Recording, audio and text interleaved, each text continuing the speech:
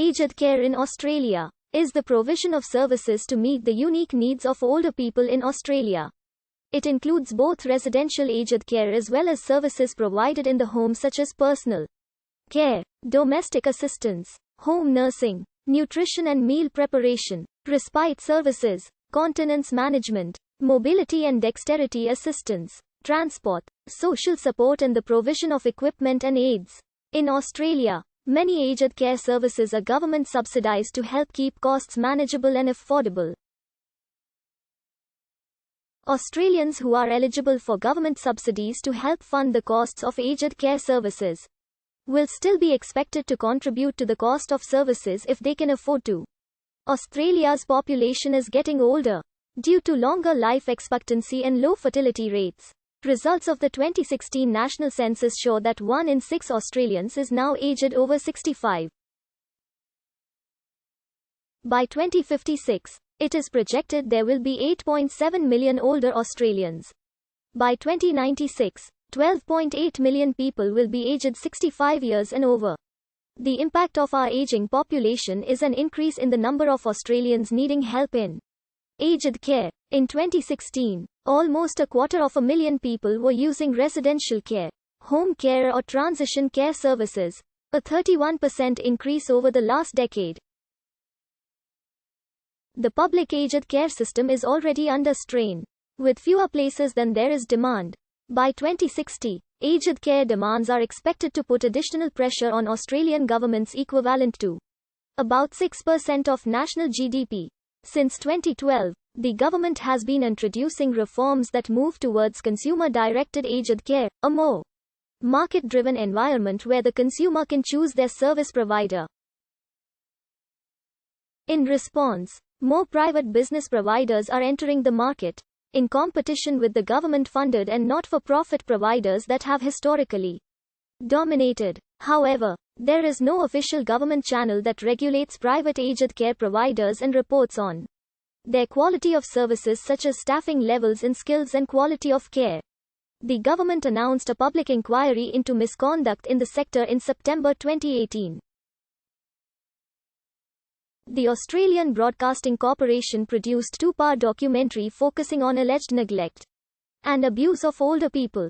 Service providers, including Estia Health, Regis Healthcare and Japara Healthcare, lost about a sixth of their value.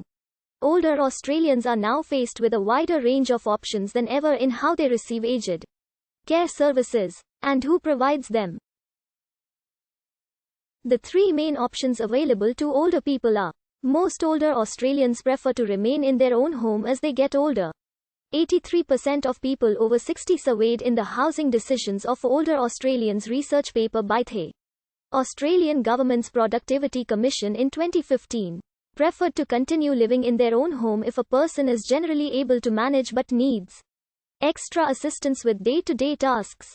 They can access a number of services to support their independence while remaining in their own home.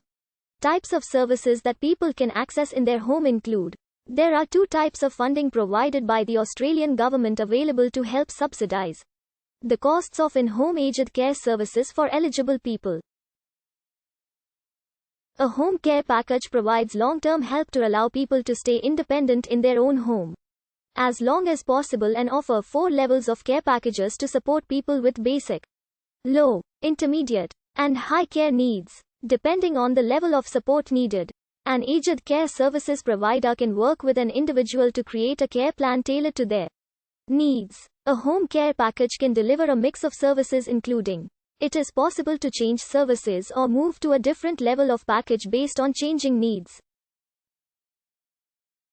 Older Australians or their carer can contact the My Aged Care service provided by the Australian government to find out if they can access government funding to help cover the cost of aged care services. My Aged Care can arrange for the person to be assessed by the Aged Care Assessment Team or ACAS. The funding a person receives varies depending on the level of their home care package and is paid direct to the service provider. If personal circumstances allow, the government expects people receiving funding to contribute to the cost of their care.